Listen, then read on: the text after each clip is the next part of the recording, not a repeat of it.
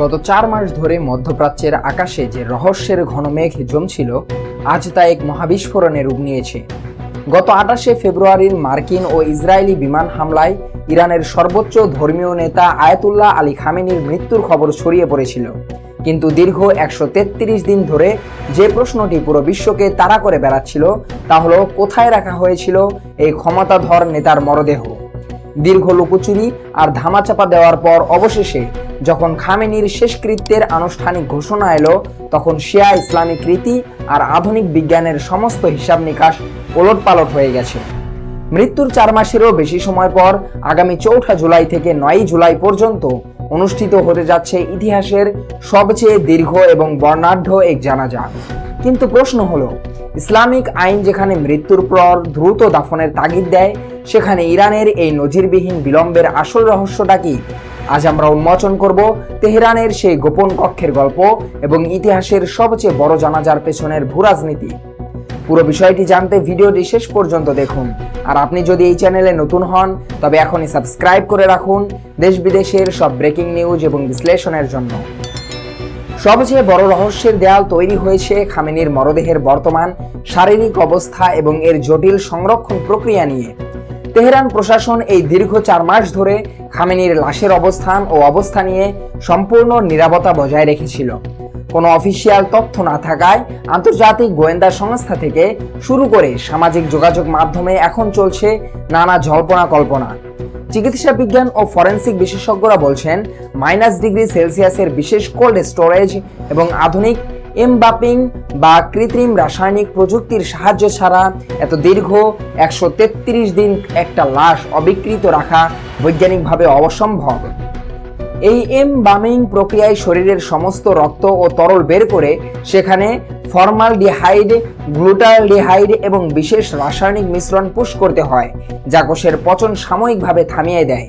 কিন্তু খোদ ইরানের ভেতরেই এক অন্যরকম সংশয় দানা বেঁধেছে।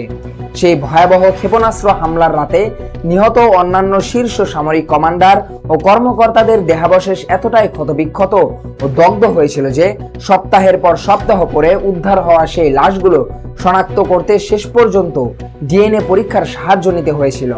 ফলে খামেনির দেহাবশেষ আসলেই কতটুকু অক্ষত আছে তা নিয়ে খোদ ইরানি জনগণের মনেই বড় ধরনের প্রশ্ন দেখা দিয়েছে। আন্তর্জাতিক সংবাদ মাধ্যমগুলোর সাম্প্রতিক প্রতিবেদন এবং স্যাটেলাইট ইমেজ বিশ্লেষকদের দাবি, তেহরানের একটি অতি সুরক্ষিত আন্ডারগ্রাউন্ড মিলিটারি হাসপাতালের বিশেষ ল্যাবে এই মরদেহ রাখা হয়েছিল, যেখানে কেবল সর্বোচ্চ স্তরের কয়েকজন বৈজ্ঞানিক ও কমান্ডারের প্রবেশের অনুমতি ছিল।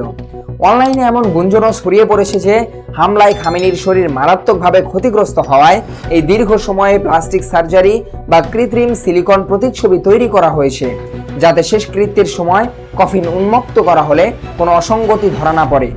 এই দীর্ঘ লুকোচুরি আর বৈজ্ঞানিক ব্যবস্থাপনায় প্রমাণ করে যে খামেনির মরদেহকে অক্ষত দেখানো তেহরানের জন্য এখনো কত বড় এক মনস্তাত্ত্বিক যুদ্ধ। ইসলামী আইন ও শরিয়া বিশেষজ্ঞদের মতে, যুদ্ধ পরিস্থিতি বা কোনো বিশেষ রাষ্ট্রীয় নিরাপত্তার সংকট থাকলে দাফন কার্যে কিছুটা বিলম্ব করার অবকাশ অবশ্যই রয়েছে। কিন্তু খামেনির সাথে একই হামলায় নিহত হন অন্য সকল শীর্ষ কর্মকর্তাদের অনেক আগেই রাষ্ট্রীয় মর্যাদায় সমাহিত করা হয়েছে। তাহলে শুধু খামেনির শেষ বিদায়ের তারিখ বারবার ঘোষণা করেও কেন তা পিছিয়ে দেওয়া হলো? আন্তর্জাতিক রাজনৈতিক বিশ্লেষকদের ধারণা, এর পেছনে রয়েছে ইরানের অভ্যন্তরীণ ক্ষমতার তীব্র টানাপোড়েন। সর্বোচ্চ নেতার আকস্মিক বিদায়ের পর দেশের শাসনভার কার হাতে যাবে, উত্তরসূরি কে হবেন এবং জনমনে যাতে কোনো বড় ধরনের বিশৃঙ্খলা বা গৃহযুদ্ধ সৃষ্টি না হয়, সম্ভবত সেই কৌশলগত কারণেই তেহরানের নীতি নির্ধারকেরা এতদিন সময় নিয়েছেন। ক্ষমতার সমীকরণ সম্পূর্ণ নিজেদের নিয়ন্ত্রণে আনার পরই কেবল তারা এই মৃত্যুর আনুষ্ঠানিক সমাপ্তি টানার সাহস পেয়েছেন। ভোগান্তি আর শোকের সমস্ত দেয়াল ভেঙে ইরান এখন প্রস্তুতি নিচ্ছে ইতিহাসের সর্ববৃহৎ ও দীর্ঘতম এক জানাজার।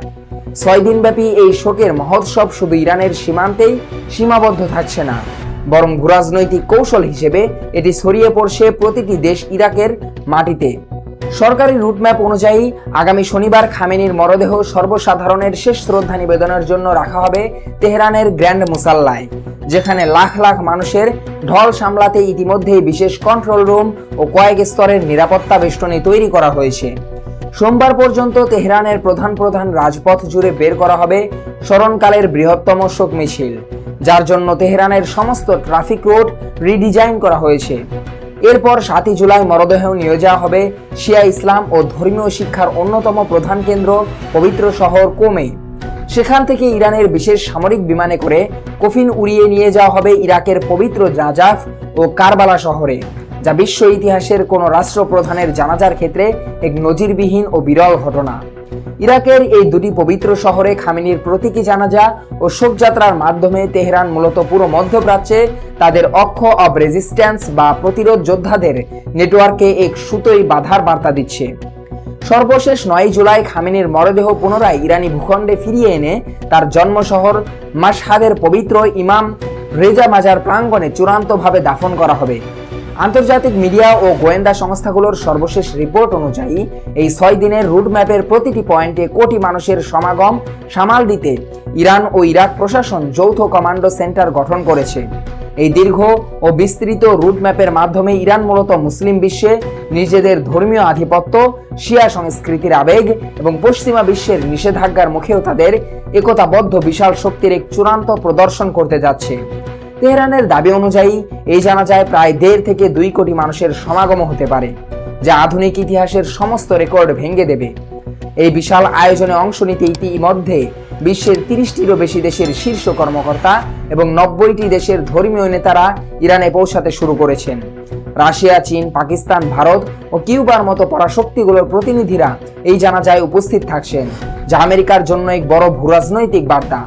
বিশেষ করে পাকিস্তানের প্রধানমন্ত্রী শাহবাজ শরীফ নিজে এই বিদায় অনুষ্ঠানে অংশ নেওয়ার ঘোষণা দিয়েছেন। এই বিশাল জনসমুদ্র এবং বিদেশি ভিআইপিদের নিরাপত্তা নিশ্চিত করতে ইরানের সশস্ত্র বাহিনী এখন সর্বোচ্চ সতর্ক অবস্থায় রয়েছে। সেনাবাহিনীর স্থল, নৌ ও বিমান বাহিনী দেশের সীমান্ত জুড়ে টহল বাড়িয়ে দিয়েছে, যাতে কোনো ধরনের বিদেশি হামলা বা অভ্যন্তরীণ নাশকতা ছাড়াই পুরো আয়োজন নির্বিঘ্নে সম্পন্ন করা যায়। বিগত 37 বছর ধরে যিনি ইরানের শাসনভার একক হাতে নিয়ন্ত্রণ করেছেন, সেই খামেনির অবসান শুধু একটি জীবনের সমাপ্তি নয়, বরং মধ্যপ্রাচ্যের রাজনীতিতে এক নতুন যুগের সূচনা।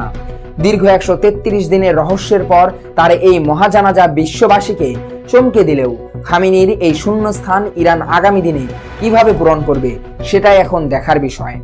আমেরিকার নিষেধাজ্ঞা আর ইসরায়েলের হুমকির মুখে দাঁড়িয়ে এই জানাজাকে ইরান নিজেদের শক্তির পুনরুত্থান হিসেবে ব্যবহার করতে পারবে কিনা তা সময়ই বলে দেবে।